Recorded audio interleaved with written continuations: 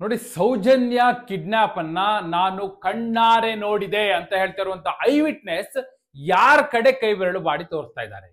ಅವರ ಪ್ರಕಾರ ಆರೋಪಿ ಯಾರು? ಹೌದು, ಕಣ್ಣೆದ್ರು ಬಂದ್ರೆ ಈಗ ಗುರುತಿಸ್ತೀನಿ ಅಂತಿದಾರಲ್ಲ, ಯಾರು ಕಣ್ಣೆದ್ರು ಬಂದ್ರೆ ಅವ್ರು ಗುರುತಿಸ್ತಾರೆ. ಆಲ್ಮೋಸ್ಟ್ ಸೌಜನ್ಯ ಕೇಸ್ ರಿಓಪನ್ ಆಗೋ ಹಾಗೆ ಕಾಣಿಸ್ತಾ ಇದೆ. ಯಾಕಂದ್ರೆ ಈಗ ನಡೆಯುತ್ತಿರುವಂತ ಬೆಳವಣಿಗೆಗಳು ನೋಡಿ, ಇವರೆಲ್ಲರ ಈ ಹೋರಾಟಗಾರರ ಮೂಲ ಉದ್ದೇಶ ಇದ್ದಿದ್ದೇನು? ಸೌಜನ್ಯ ಆಗಿ ನ್ಯಾಯ ಸಿಗಬೇಕು. ಸೌಜನ್ಯ ಸಾವಿನ ಹಿಂದೆ ಇರೋದು ಯಾರು ಅದು ಗೊತ್ತಾಗ್ಬೇಕು. ಆಕೆಯನ್ನ ಅತ್ಯಾಚಾರ ಮಾಡಿದವ್ರು ಯಾರು, ಕೊಲೆ ಮಾಡಿದವ್ರು ಯಾರು, ಬಹಳ ಭೀಭತ್ಸವಾಗಿತ್ತು ಬಿಡಿ ಅದು. ನಾ ಹೇಳ್ತೀನಿ, ಆ ಕೇಸ್ ಡೀಟೇಲ್ಸ್ನು ಇದಕ್ಕೆ ಯಾವ ರೀತಿ ಲಿಂಕ್ ಆಗುತ್ತೆ ಅನ್ನೋದು ಹೇಳ್ತೀನಿ. ಮತ್ತು ಯಾರ ಕಡೆ ಕೈ ಬೆರಳು ಮಾಡಿ ತೋರಿಸ್ತಾ ಇದ್ದಾರೆ ಈ ಐ ವಿಟ್ನೆಸ್. ಈಗ ಅವರು ಸೌಜನ್ಯನೇ ಅಂತ ಹೇಳ್ತಾ ಇದ್ರೆ, ಈಗ ಸೌಜನ್ಯ ಕಿಡ್ನಾಪನ್ನೇ ನಾನು ನೋಡಿದ್ದು ಅಂತ ಹೇಳಿ ಆಕೆ ಸ್ಪಷ್ಟವಾಗಿ ಹೇಳ್ತಿದ್ದಾರೆ. ಅದರಲ್ಲಿ ಯಾವುದೇ ಅನುಮಾನ ಉಳಿದಿಲ್ಲ. ಆದ್ರೆ ಸೌಜನ್ಯ ಕಿಡ್ನಾಪ್ ಮಾಡಿದವ್ರು ಯಾರು, ಆಕೆಯ ಪ್ರಕಾರ ಆರೋಪಿಗಳು ಯಾರು, ಸೌಜನ್ಯ ಕೇಸ್ ರಿಓಪನ್ ಆಗುತ್ತಾ, SIT ಸೌಜನ್ಯ ಕೇಸನ್ನ ಇನ್ವೆಸ್ಟಿಗೇಟ್ ಮಾಡಬಹುದಾ, ಕೋರ್ಟಲ್ಲಿ ಏನಾಗಿತ್ತು, ಈಗ ಈ ಮಹಿಳೆಯಿಂದಾಗಿ ಯಾವ ತಿರುವನ್ನ ಪಡೆಯಬಹುದು, ಏನಾಗಬಹುದು, ಎಲ್ಲ ವಿವರಗಳನ್ನ ಕೊಡೋ ಸಲುವಾಗಿ ನಾನು ಬಂದಿದ್ದೇನೆ. ಆತ್ಮೀಯರೇ, ವಾರ್ತೆ ವಿಶೇಷ ಕಾರ್ಯಕ್ರಮಕ್ಕೆ ಸ್ವಾಗತ. ನಾನು ವೀರೇಂದ್ರ ಉಪ್ಪುಂದ. ನೋಡಿ, ಸೌಜನ್ಯ ಅತ್ಯಾಚಾರ ಹಾಗೂ ಭೀಭತ್ಸ ಕ್ರೂರ ಕೊಲೆಯ ಪ್ರಕರಣ ಇದೆಯಲ್ಲ, ಆ ಪ್ರಕರಣದಲ್ಲಿ ಈಗ ಒಬ್ಬಾಕೆ ತಾನು ಐ ವಿಟ್ನೆಸ್ ಅಂತ ಮುಂದೆ ಬಂದಿದ್ದಾರೆ. ಅವರು ಹೆಸರನ್ನ ಹೇಳ್ಕೊಳ್ಳಿಕ್ಕೆ ಇಚ್ಛಿಸಿಲ್ಲ. ಆದ್ರೆ ಏನೆಲ್ಲ ಅವತ್ತು ಘಟನೆ ನಡೀತು ಅವೆಲ್ಲವನ್ನು ಎಳೆಯಾಗಿ ಬಿಡಿಸಿಡ್ತಾ ಇದ್ದಾರೆ.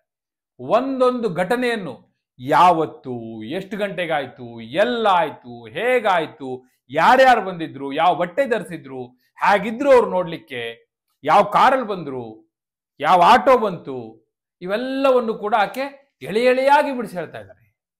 ಅವರು ಕೊಡುವಂತ ಡೀಟೇಲ್ಸ್ ಎಷ್ಟು ಪರ್ಟಿಕ್ಯುಲರ್ ಆಗಿದೆ ಅಂದ್ರೆ ಅವರ ಎಲಿಫೆಂಟ್ ಮೆಮೊರಿ ಅಂತಾನೆ ಹೇಳ್ಬೇಕು ಅದು. ಯಾಕಂದ್ರೆ ಸಾಮಾನ್ಯದವರಿಗೆ ಆ ರೀತಿಯ ಪಿನ್ ಟು ಪಿನ್ ಡೀಟೇಲ್ಸ್ ನೆನಪಲ್ಲಿ ಉಳಿಯೋದಿದೆಯಲ್ಲ ಕಷ್ಟ, ಸಾಮಾನ್ಯವಾಗಿ ಸಾಧ್ಯ ಇಲ್ಲ.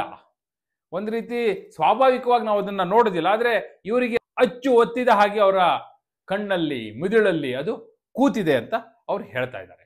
ನೋಡಿ, ಈಗ ಸುಜಾತಾ ಭಟ್ ಪ್ರಕರಣದ ನಂತರ ಹಾಗೂ ಚಿನ್ನಯ್ಯನ ಪ್ರಕರಣದ ನಂತರ ಯಾರೇ ಬಂದರೂ ಕೂಡ ಏಕ್ದಮ್ ನಂಬ್ತಾ ಇಲ್ಲ. ಯಾರು ಕೂಡ ಏಕ್ದಮ್ ನಂಬಲಿಕ್ಕೆ ಹಿಂದೆ ಮುಂದೆ ನೋಡ್ತಿದ್ದಾರೆ. ಇದ್ಯಾವ ಕಥೆನೇ ಏನೋ, ಇದನ್ನ ನಂಬೋದು ಹೇಗೆ, ಈ ರೀತಿಯ ಪ್ರಶ್ನೆಗಳು ಸಹಜವಾಗಿ ಬರ್ತಾ ಇದೆ. ಅದು ಬಹಳ ಸ್ವಾಭಾವಿಕ. ಆದ್ರೆ ಏನ್ ನಡೀತಾ ಇದೆ, ನಮ್ಮ ಸುತ್ತ ಏನಾಗ್ತಾ ಇದೆ, ಈ ಪ್ರಕರಣದ ಸುತ್ತ ಏನಾಗ್ತಾ ಇದೆ ಅದನ್ನ ಹೇಳಲೇಬೇಕಲ್ಲ. ಮತ್ತು ಅವರು ಕೈಬಿಟ್ಟು ಮಾಡಿ ತೋರಿಸ್ತಾ ಇರೋದು ಯಾರ ಕಡೆಗೆ?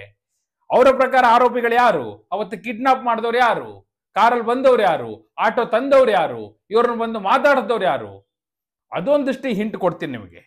ನೋಡಿ, 2012 ಅಕ್ಟೋಬರ್ 9ನೇ ತಾರೀಕು ಸೌಜನ್ಯ ಅತ್ಯಾಚಾರ ಮತ್ತು ಹತ್ಯೆ ನಡೆದದ್ದು. 10ನೇ ತಾರೀಕು 9ನೇ ತಾರೀಕು ಅತ್ಯಾಚಾರ ಹಾಗೂ ಹತ್ಯೆ ನಡೆಯುತ್ತೆ. 10ನೇ ತಾರೀಕು ಆಕೆಯ ಡೆಡ್ ಬಾಡಿ ಸಿಗುತ್ತೆ. ಇವರು ಅಕ್ಟೋಬರ್ 9ನೇ ತಾರೀಕು 2012 ಅದೇ ಸ್ಪಾಟ್ ಅಲ್ಲೇ ಎದುರಿಗಿದ್ರು. ಶಾಂತಿವನದ ಸಮೀಪದಲ್ಲೇ ಇದ್ದೆ ನಾನು ಹಾಗೂ ಇನ್ನೊಬ್ರು, ನಾವಿಬ್ರು ಕೂಡ ಇದ್ವಿ ಅನ್ನೋದನ್ನ ಅವ್ರು ಹೇಳ್ತಾರೆ. ಅವ್ರು ಒಂದೊಂದು ಡೀಟೇಲ್ಸ್ ನ ಏನ್ ಹೇಳ್ತಾ ಹೋಗಿದ್ದಾರೆ ನಾ ಹೇಳ್ತೇನೆ ನಿಮ್ಗೆ. ಅವ್ರು ಹೇಳ್ತಾರೆ ಅಂದ್ರೆ, ಅವ್ರು ಯಾವಾಗಲೂ ರೆಗ್ಯುಲರ್ ಆಗಿ ಧರ್ಮಸ್ಥಳಕ್ಕೆ ಹೋಗುವವರು, ಹಾಗೆ ಹೋದಾಗ ಇದು ಕೂಡ ತನ್ನ ಕಣ್ಣಿಗೆ ಬಿದ್ದಿದೆ ಅನ್ನೋದನ್ನ ಅವ್ರು ಹೇಳ್ತಾ ಇದ್ದಾರೆ.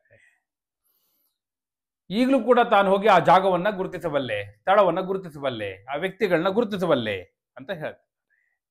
ಮತ್ತೆ ಅವರು 2012 ನೋಡಿದವ್ರು ಈಗ ಯಾಕೆ ಬಂದ್ರು ಅನ್ನೋ ಪ್ರಶ್ನೆ ಬರ್ಬೋದು. ಈಗ 2 ವರ್ಷದ ಹಿಂದೆ ಅವ್ರು ಬಂದಿದ್ರಂತೆ, ನಾನು ನೋಡಿದ್ದೀನಿ ಅಂತ ಹೇಳಿ. ಆದ್ರೆ ಯಾರು ಕೂಡ ಅವ್ರ ಕಡೆ ಹೆಚ್ಚು ಆಸಕ್ತಿ ಕೊಟ್ಟಿಲ್ಲ, ಗಮನ ಕೊಟ್ಟಿಲ್ಲ, ಸೀರಿಯಸ್ ಆಗಿ ತಗೊಂಡಿಲ್ಲ.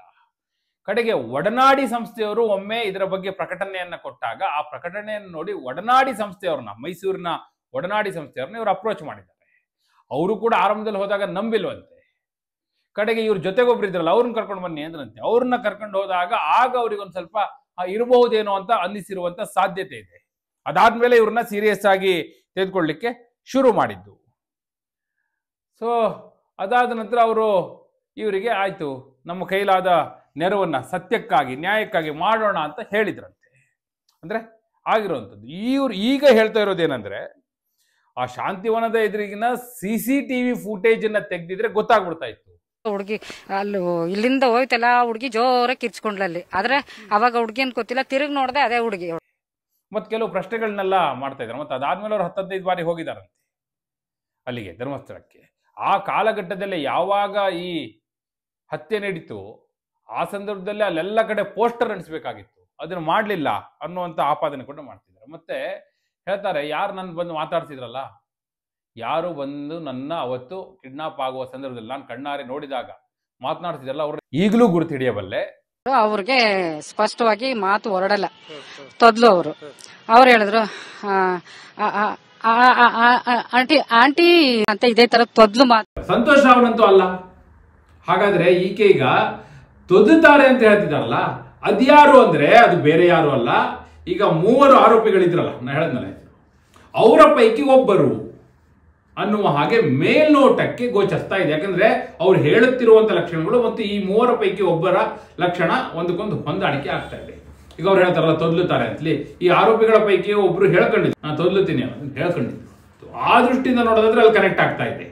ಅಲ್ಲಿಗೆ ಇವರು SIT ಮುಂದೆ ಹೋಗಿ ಯಾರ ವಿರುದ್ಧ ಆರೋಪ ಮಾಡ್ತಾರೆ ಮತ್ತು ಈ ಸೌಜನ್ಯ ಕೇಸ್ ರಿಓಪನ್ ಆದ್ರೆ ಎಲ್ಲಿಂದ ಆರಂಭ ಆಗುತ್ತೆ ಅನ್ನೋದಕ್ಕೆ ಇವೆಲ್ಲವೂ ಕೂಡ ಮೇಲ್ನೋಟಕ್ಕೆ ಸೂಚನೆಗಳ ಹಾಗೆ ಗೋಚರಿಸ್ತಾ ಇದೆ.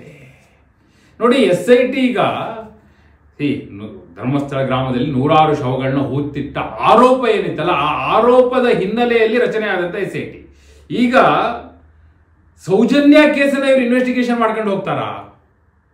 ಈಗಾಗಲೇ ಡೆಡ್ ಎಂಡ್ಗೆ ತಲುಪಿರುವಂತ ಪ್ರಕರಣವನ್ನ ಮತ್ತೆ ತನಿಖೆ ಮಾಡ್ತಾರ. ಬಹುಶಃ ಇವರು ಈಗ ಏಕ್ದಮ್ ಆ ತನಿಖೆಗೆ ಎಳೆದಿಯದೇ ಹೋದ್ರೂ ಕೂಡ ಈ ಎಲ್ಲ ಸಾಕ್ಷಿಗಳನ್ನ ಪರಿಗಣಿಸಿ ಇದು ರೀಇನ್ವೆಸ್ಟಿಗೇಟ್ ಆಗಬೇಕು ಅಂತ ಅಭಿಪ್ರಾಯ ಪಡಬಹುದೇನೋ. SIT ರಿಪೋರ್ಟ್ ಕೊಟ್ಟಾಗ ಆ ರೀತಿ ಅಭಿಪ್ರಾಯವನ್ನು ವ್ಯಕ್ತಪಡಿಸಬಹುದು. ಆ ರೀತಿ ಒಂದು ಸಾಧ್ಯತೆ ಮೇಲ್ನೋಟಕ್ಕೆ ಕಾಣಿಸ್ತಾ ಇದೆ. ಅದಾದ ನಂತರ ಸರ್ಕಾರ ಏನ್ ಬೇಕಾದ್ರೂ ತೀರ್ಮಾನ ತೆಗೆದುಕೊಳ್ಬಹುದು. ಆಗ ಚೆಂಡು ಸರ್ಕಾರದ ಅಂಗಳದಲ್ಲಿರುತ್ತೆ. ಆ ದೃಷ್ಟಿಯಿಂದ ನೋಡೋದಾದ್ರೆ ಈಗ ಬಂದಿರುವಂತ ಐ ವಿಟ್ನೆಸ್ ಸಹಜವಾಗಿ ಅಂಥದ್ದೊಂದು ಸಾಧ್ಯತೆಗೆ ಕಾರಣ ಆಗ್ಬೋದಾ ಅನ್ನುವಂಥ ಪ್ರಶ್ನೆ ಈಗ ನಮ್ಮ ಎದುರು ಬಂದಿದೆ. ನೀವೇನ್ ಹೇಳ್ತೀರಿ? ಸೌಜನ್ಯ ಪ್ರಕರಣ ರೀಇನ್ವೆಸ್ಟಿಗೇಟ್ ಆಗ್ಬೇಕಾ? ಈ ಎಲ್ಲ ಹಿನ್ನೆಲೆ ಈ ರೀತಿ ಸಾಕ್ಷಿಗಳು ಮುಂದೆ ಬರ್ತಾ ಇರುವಂಥದ್ದು, ನಾವು ಕಣ್ಣಾರೆ ನೋಡಿದ್ದೇವೆ ಅಂತ ಹೇಳ್ತಾ ಇರುವಂಥದ್ದು, ನಾವು ಸಾಕ್ಷಿಯಾಗಿ ನಿಂತು ಯಾರೆಲ್ಲ ಆರೋಪಿಗಳಿದ್ದಾರೆ ಅವ್ರನ್ನ ಗುರುತಿಸಬಲ್ಲೆವು ಅಂತ ಹೇಳ್ತಾ ಇರುವಂಥದ್ದು. ಒಂದು ಪ್ರಯತ್ನ ಆಗಲಿ, ತನಿಖೆ ನಡೀಲಿ, ಏನಾಗುತ್ತೆ ಸತ್ಯ ಗೊತ್ತಾಗುತ್ತೆ ಅಲ್ವಾ? ಈಗ ಬಂದಿರುವಂತ ಸಾಕ್ಷಿಗಳ ಸತ್ಯಾಸತ್ಯತೆ ಗೊತ್ತಾಗಬೇಕು ಅಂದ್ರೂ ಕೂಡ ಇನ್ವೆಸ್ಟಿಗೇಷನ್ ಆದ್ರೆ ಅಲ್ವಾ ಗೊತ್ತಾಗೋದು. ಆ ಹಿನ್ನೆಲೆಯಲ್ಲಿ ತನಿಖೆ ಆಗ್ಲಿ ಅಂತ ಭಾವಿಸ್ತಾರೆ. ಮತ್ತೆ ಇವ್ರಿಗೆ ಕೇಳಿದ್ದಾರೆ, ನೀವು ಬ್ರೈನ್ ಮ್ಯಾಪಿಂಗ್ಗೆ ಒಳಗಾಗ್ತೀರಾ ಅಂತ ಕೇಳಿದ್ದಾರೆ.